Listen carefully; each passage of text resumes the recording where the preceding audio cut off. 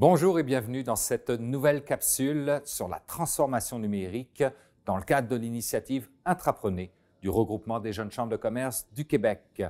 Mon nom est Stéphane Ricoul et j'aurai le plaisir d'accueillir aujourd'hui Sandra Canuel de chez Talsom pour nous parler gestion de changement et leadership transformationnel.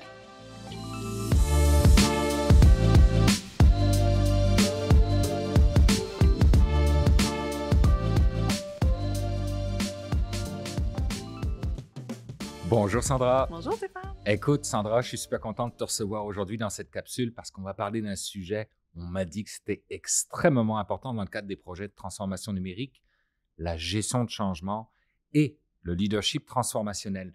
Donc, dans tes mots à toi, peux-tu nous expliquer pourquoi c'est si important la gestion de changement? Tout à fait. Ça me fait plaisir d'être là pour en discuter. Et en effet, c'est quelque chose d'extrêmement important pour le succès des projets. Donc, la gestion de changement, si on ramène ça à sa plus simple expression, c'est l'accompagnement des humains à travers les projets. Donc, vraiment le côté humain.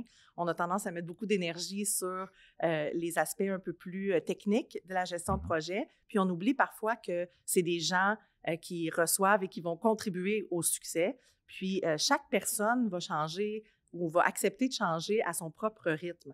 Donc, si tu veux bien, prenons un moment pour regarder les choses de deux perspectives différentes.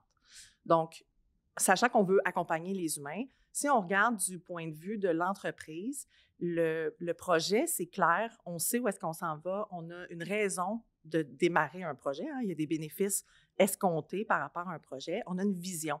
D'ailleurs, l'entreprise est responsable de nommer des gens au sein de son leadership exécutif qui vont agir comme des parrains ou des sponsors. Peut-être que tu as déjà entendu le terme qu'on utilise. Donc, ils vont clarifier cette vision-là puis s'assurer qu'on a une étoile du Nord qu'on va suivre tout au long de notre projet. Du côté des employés, donc, on se fait un peu imposer les changements en entreprise, forcément. Ce n'est pas nécessairement quelque chose qu'on a choisi.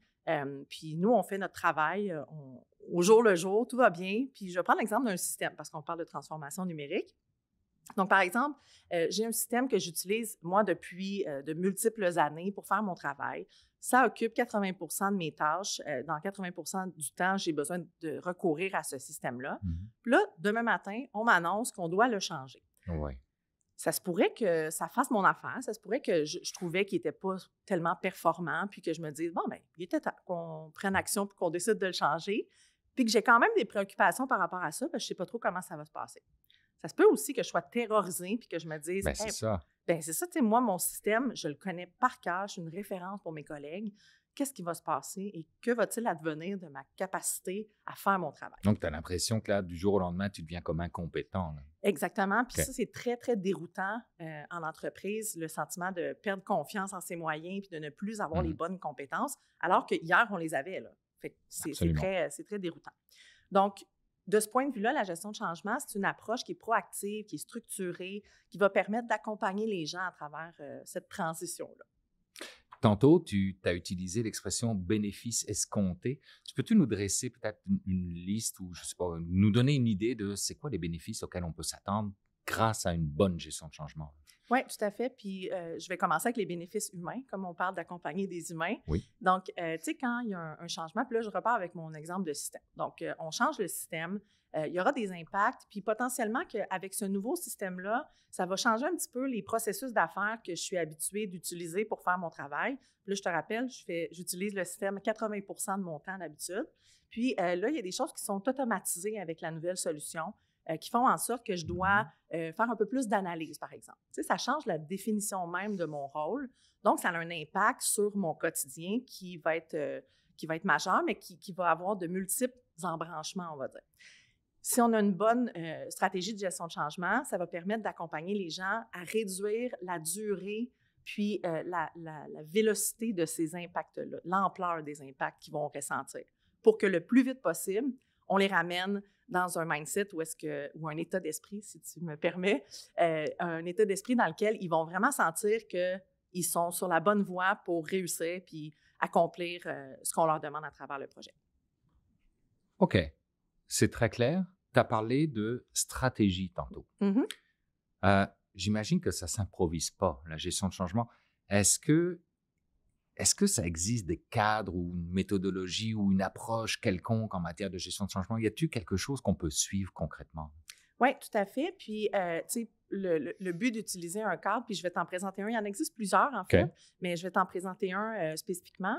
Mais, tu sais, je veux te mentionner aussi que non seulement on va avoir des bénéfices qui vont être d'un point de vue humain, mais le projet va en retirer plusieurs bénéfices aussi parce que ça va permettre de réduire les coûts associés à un retour en arrière. Tu sais, par exemple, on lance ce système-là, puis moi, j'ai une voie de contournement que je connais qui fait en sorte que je ne suis pas obligée à 100% de tout utiliser les fonctionnalités. Ça se pourrait que ça ne me tentait pas initialement. Je décide de prendre cette voie-là, puis de ne pas nécessairement suivre exactement ce qu'on avait prévu. Donc, pour s'assurer que les gens ne vont pas prendre cette voie-là, finalement, on peut utiliser le modèle ADKAR. Un instant.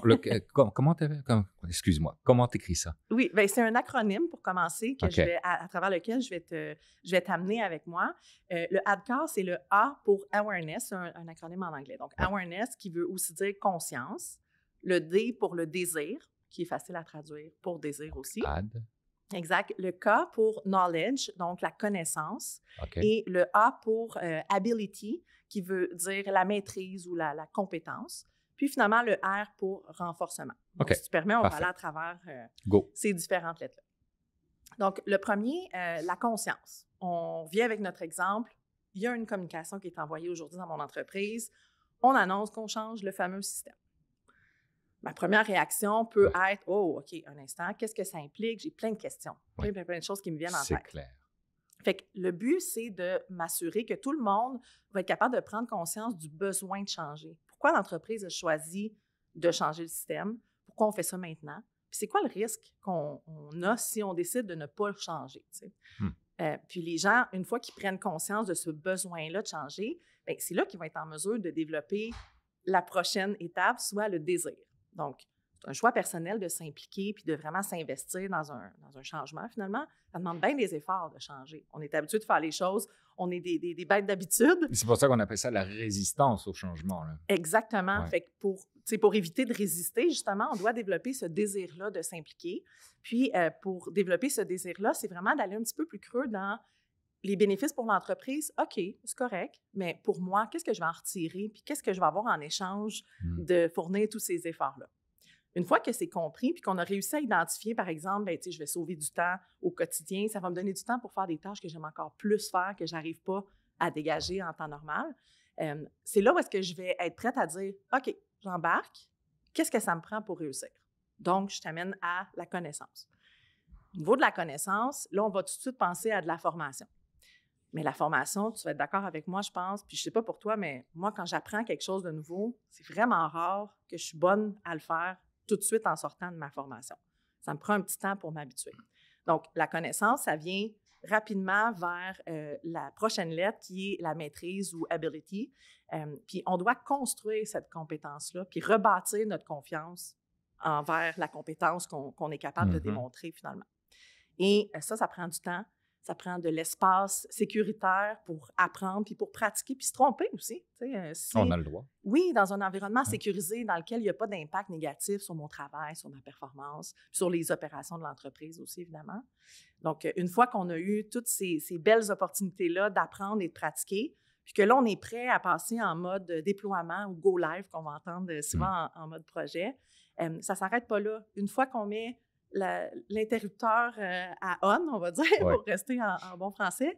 Il y a une courbe quand même après. Là, le lendemain du lancement ou du déploiement, bien, je ne serai pas parfaitement bonne non plus. Il y aura des petites embûches. C'est là où j'arrive à renforcement. Là, j'ai fourni tellement d'efforts dans le passé. J'en fournis encore aujourd'hui. Ça vaut-tu la peine, tous ces efforts-là? Y a-t-il quelqu'un qui remarque que je me suis vraiment investie? Donc, on veut les renforcer, ces sentiments-là, pour s'assurer qu'on va avoir une adoption vraiment à plus long terme. C'est ça l'objectif. On ne veut pas revenir en arrière. On veut aller chercher nos bénéfices qu'on avait identifiés au début. J'aime beaucoup. J'aime vraiment beaucoup cette approche-là, mais là, j'imagine que tout le monde se pose la même question que moi présentement. Est-ce que le ADKAR, tu le fais en séquentiel ou tu peux comme mélanger toutes les lettres dans le cours du projet de transformation? Oui, c'est une super bonne question. En fait, on avance à travers ces différentes étapes-là un individu à la fois, finalement. Puis, on a un coffre à outils en gestion de changement. On parlait tantôt d'une approche qui est structurée, qui est proactive. Donc, dès le début, quand on regarde les différentes étapes projet, on va définir qu'est-ce que les gens ont besoin de savoir, à quel moment, pour développer cette conscience-là, le désir, puis les aider à avancer dans le modèle. Donc, on a la communication, qui est notre premier outil dans notre coffre. Et ça peut prendre plein de formes, autant des rencontres, des communications écrites, et voilà. Puis que les gens aient de la place pour donner de la rétroaction à travers ces communications-là, donc à deux sens. Ensuite, on a la formation, on en a un petit peu parlé tantôt.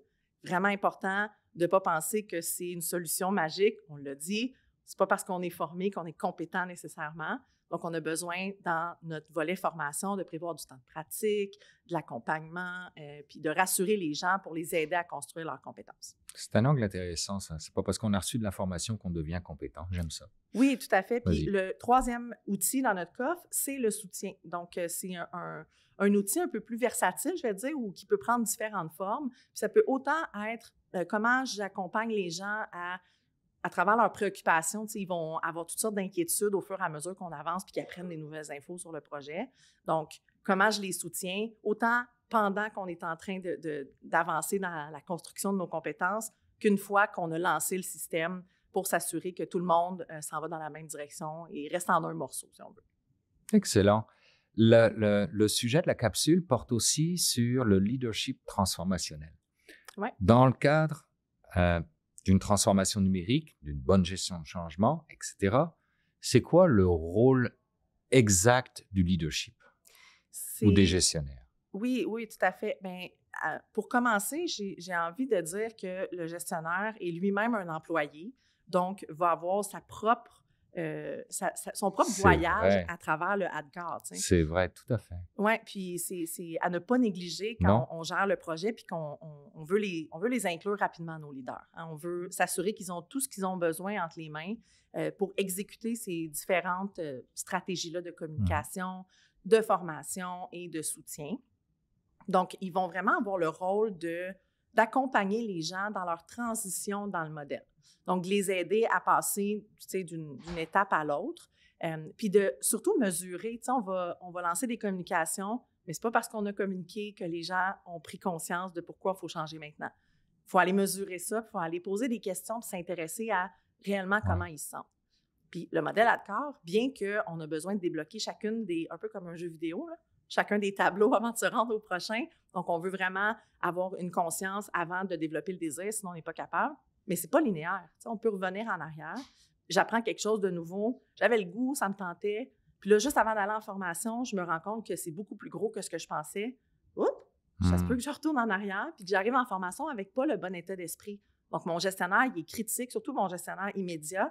C'est vraiment la personne qui, normalement, me connaît le mieux. Pense au gestionnaire immédiat que tu as eu dans ta vie. Souvent, c'est les gens qui nous inspirent à nous dépasser. Donc, on a une relation de confiance avec eux. Donc, ils ont un rôle capital à jouer. Puis, ils doivent vraiment être là tout au long de la transition pour accompagner les gens dans l'identification de leurs préoccupations. Ce ne sera pas toujours évident, mais aussi dans la gestion au fur et à mesure qu'elles se présentent. Là, j'ai quelque chose de spécial à te demander.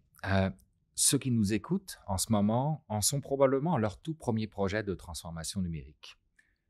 Toi, tu as pas mal d'expérience en termes de gestion de changement, de leadership transformationnel, on l'a compris, dans le cadre des transformations numériques. Es-tu capable de leur donner peut-être une liste, en quelque sorte, de pièges à éviter?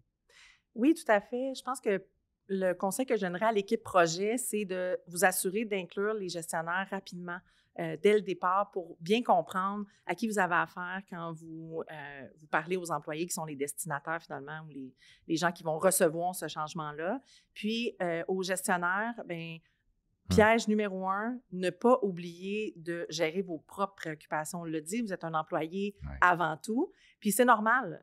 C'est pas, je t'entends réfléchir, mais est-ce qu'un gestionnaire a le droit d'avoir des préoccupations? Il devrait montrer la voie vers en avant. Mais oui, tout à fait, il va en avoir, mais il doit rester fort devant son équipe. Donc, c'est important de les gérer, d'aller chercher le bon support s'il a besoin d'accompagnement ou de spécifier un peu certaines informations.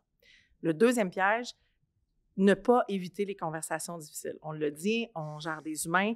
plein d'émotions, pas toujours facile. Non, c'est pas évident, ça. Puis dans tous les domaines, on est habitué dans les opérations, on va focusser sur nos priorités opérationnelles en premier, mais la gestion des émotions va être vraiment un levier dans le cas d'une transformation.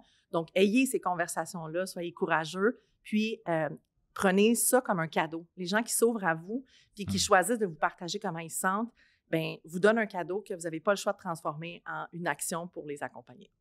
Je trouve ça vraiment super intéressant ce que tu viens de dire. C'est tout dans la subtilité, dans l'empathie, dans la relation humaine. Merci beaucoup, Sandra. Ça m'a fait vraiment plaisir, Stéphane. Merci. Pour en apprendre plus, je vous invite à aller sur le site web du Regroupement des jeunes chambres de commerce du Québec dans la section Intraprenez et découvrir l'ensemble de nos capsules.